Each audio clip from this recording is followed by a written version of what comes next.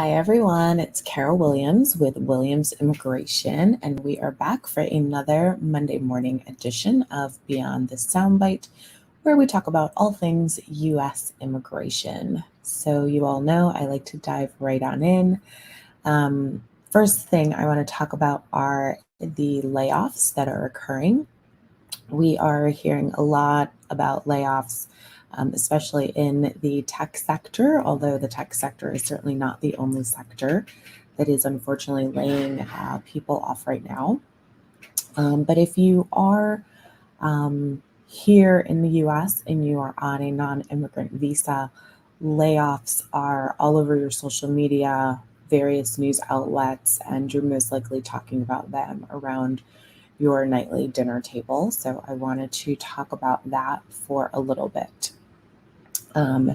If you have gotten notification of a layoff, or if you are concerned that you may be laid off, understand that you do have some options, but you will need to act quickly if you are laid off.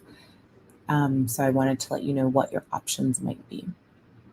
And before you really start to implement any of your options, I highly recommend that you implement in consultation with an immigration attorney, someone that understands employment-based immigration specifically, so that you can have your individual circumstances looked at closely.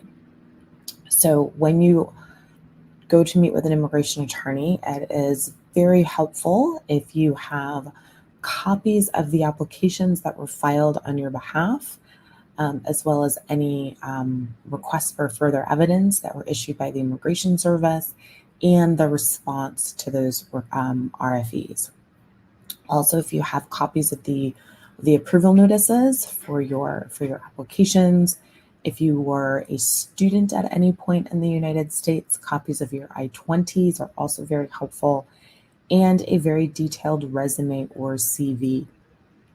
Those 4 pieces of information are very helpful for an immigration attorney who is trying to assist you if you have been laid off. Understand that if you are in H-1B, L-1, E-3, E-2, and O-1 status, you will have a grace period. It will either be 60 days after you are no longer performing services, you are no longer an employee, or the day that your I-94 card expires, whichever date is sooner. So you will have a 60-day grace period, or the grace period will be up until the day that your I-94 card expires. So what are your options during that grace period? You can certainly decide that you want to go home, and that is a perfectly valid thing that you may decide that you want to do. That 60 days will give you time to close down an apartment, just determine what you want to do in terms of your children's education in the United States, pack up, hire movers, everything that is associated with winding down a home. You can certainly do that during your 60 days. If that is not what you want to do, you can, in fact, use those 60 days to look for a new position. If you find a new position with a new employer, and that employer will then sponsor you for non-immigrant status, then you can certainly do that, and then that employer can sponsor you. So, for instance, if you are in an H-1B, if you're currently in H-1B status, you are laid off. If you find another employer who is willing to sponsor your H-1B, that employer can certainly do that and get that H-1B filed within the 60 days. You can also apply to change your status from your non-immigrant status to a visitor status, and you can do that again in the United States without having to leave. When you do that, however, you are not authorized to work, so just keep that in mind. But you can In conjunction with looking for another position, you can also apply to change your status to visitor status, which will give you a little bit more time to look for another position. It will also give you time, like I said before, to close down your apartment or your home if that is indeed what you choose to do.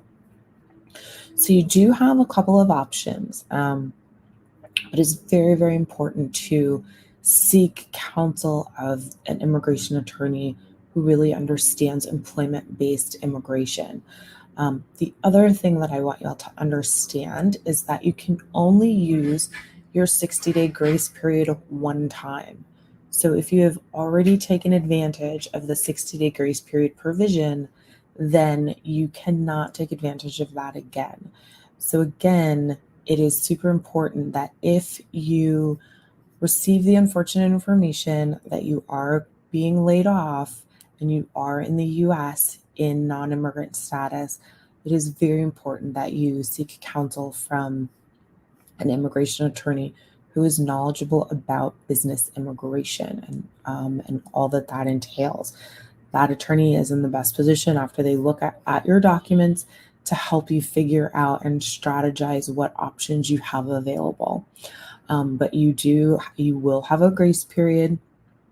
If you've not used it before, your grace period will be 60 days or the day that your I-94 card expires, whichever is sooner. And in that time frame, you can either opt to close down your home and prepare to move back home overseas. You can look for another position with a different employer who will hopefully sponsor you.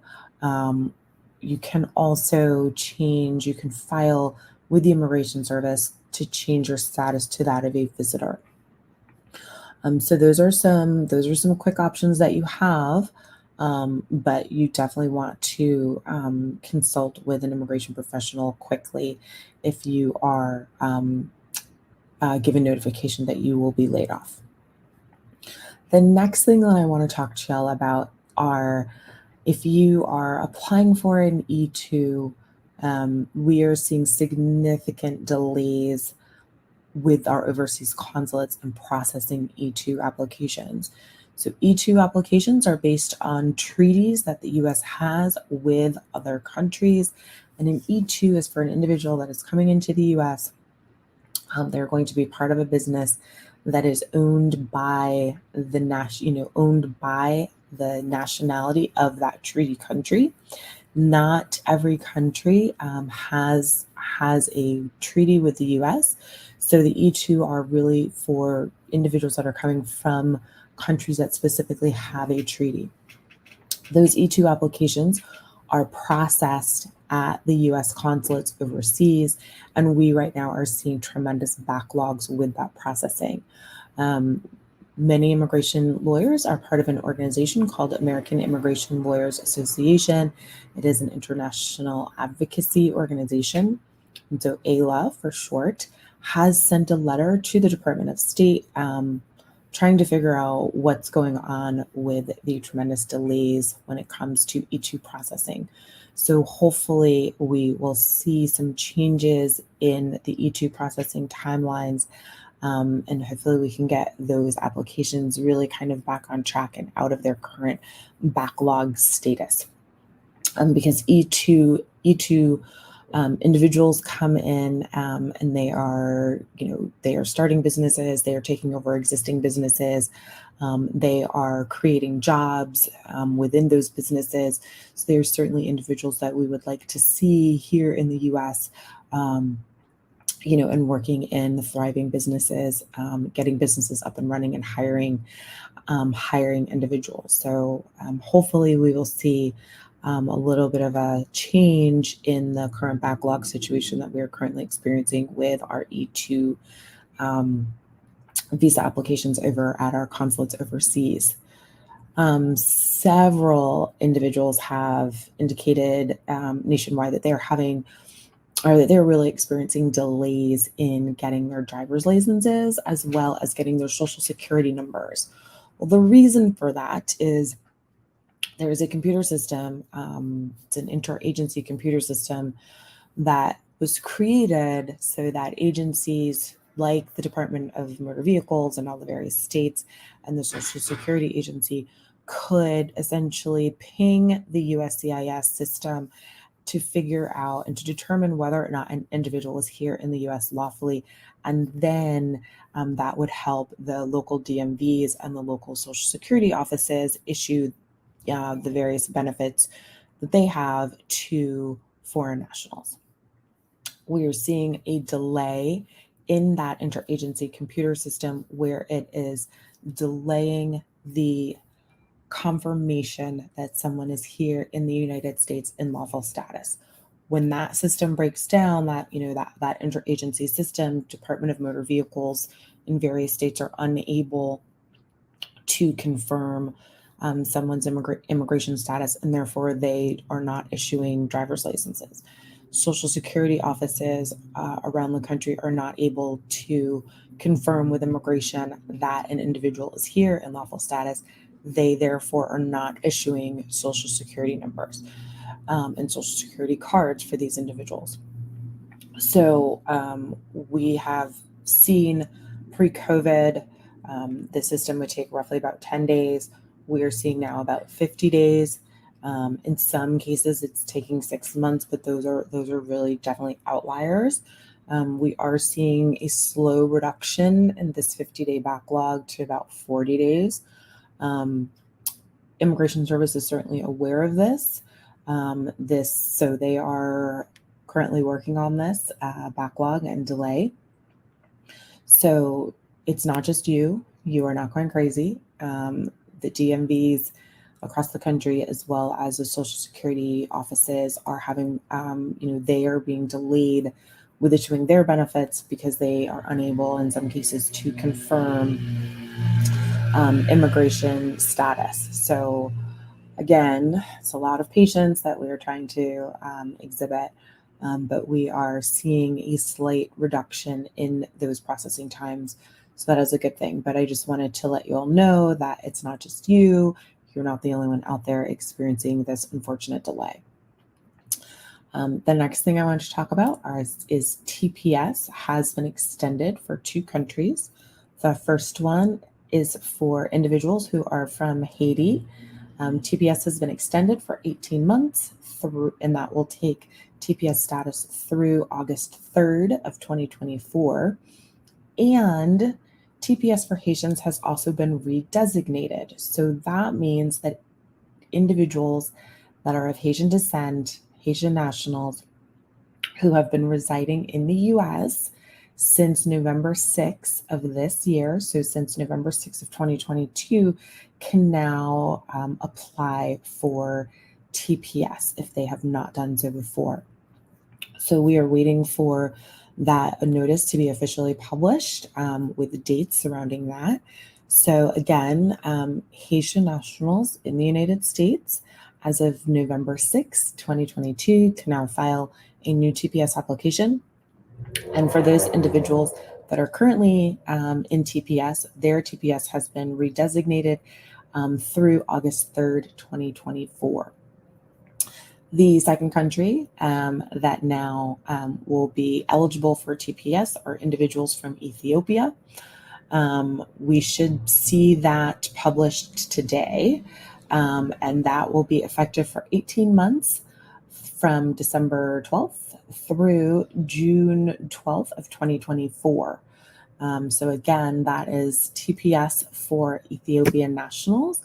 And that will be from December 12th, 2022 through June 12th, 2024. If you have any questions about your immigration case, you have received notification of a layoff, you have not received your Social Security number or your driver's license, and they're indicating that it is because they can't confirm your status, please feel free to reach out to our office. We are here to help you. We can be reached at 954-903-1337. I am Carol Williams with Williams Immigration. We help clients navigate our U.S. immigration system, and we help clients nationally. So if you have any questions, feel free to reach out to us. We are here to help you. Have a beautiful Monday, and a fantastic rest of your week.